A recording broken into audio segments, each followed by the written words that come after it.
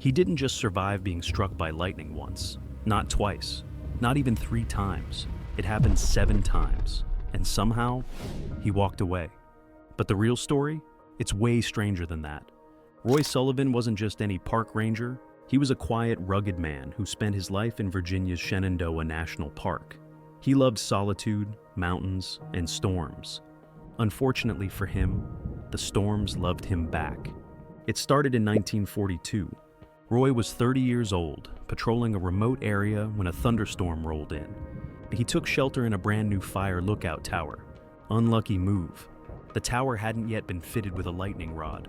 A bolt hit the top, jumped through the building, and shot straight through Roy's leg. It burned a hole through his shoe, seared off his big toe, and left him unconscious. Strike 2 came 27 years later. July 1969. Roy was driving his ranger truck through the mountains when lightning struck a nearby tree. The bolt bounced, yes, bounced, off the tree, through his open window, and lit his hair on fire. He blacked out. When he woke up, his eyebrows were smoking. He doused his head with water from a nearby creek. Strike 3. Less than a year later, in 1970, he was out in his front yard when lightning slammed into a power transformer nearby. The current jumped again, this time into his shoulder, and set his shirt ablaze. His wife had to smother the flames with a wet towel.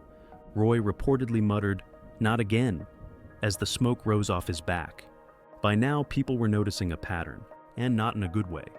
Strike 4, spring 1972. Roy was out on patrol when he was struck directly on the head.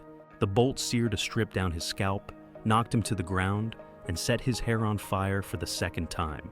He had burns on his chest and stomach. After this strike, Roy began carrying water with him everywhere, not to drink, but to put himself out. At this point, people avoided him during storms. Even strangers, they'd cross the street. Other rangers refused to stand near him outdoors. But the lightning didn't care. Strike 5, August 1973. Roy was out walking when a bolt came down from a cloudless sky, a rare phenomenon called bolt from the blue. It struck him directly, scorching his arm and injuring his legs. Doctors said he suffered permanent nerve damage. This one messed with his balance. He limped for weeks. By now, reporters were calling him the human lightning rod. But Roy wasn't laughing.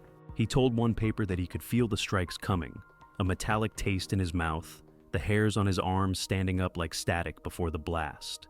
He started avoiding parks, skipping fishing trips, even hiding indoors during warm weather. It didn't help. Strike 6, June 1976. He was inspecting a campground when a bolt crashed down, threw him into the air, and left him temporarily deaf in one ear.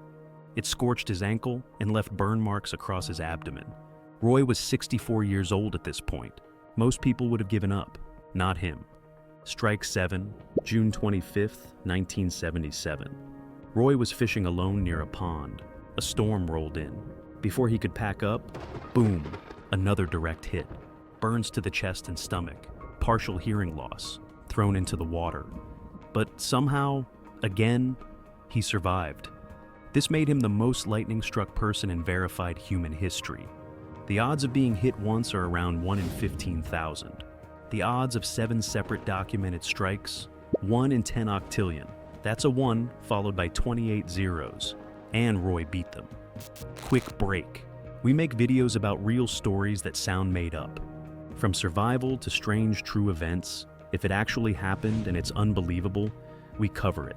So if you're into that, hit subscribe. It helps more than you know. Alright, let's get back to the video. After Strike 7, Roy officially retired. But the damage had already been done.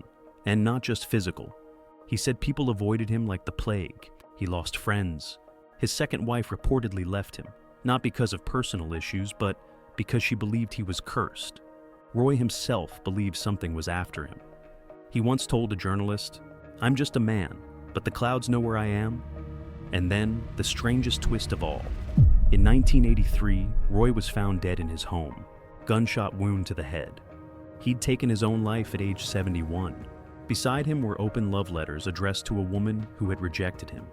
After surviving everything, 7 lightning strikes, countless surgeries, public ridicule, it was heartbreak that finally ended the storm. To this day, the Guinness World Record still lists Roy Sullivan as the man most often struck by lightning in history. Scientists continue to debate how it happened. Some point to Shenandoah's elevation and geology. Others say Roy had unusually high conductivity due to body chemistry. But no one can explain it fully. Maybe he was cursed. Maybe he was chosen. Or maybe it was just bad luck, over and over again. But here's the truth. He didn't just survive lightning. He lived through it. Real story that sounds made up. Thanks for watching. I'll see you next time. If you want more stories like this, we've got another one waiting for you right here.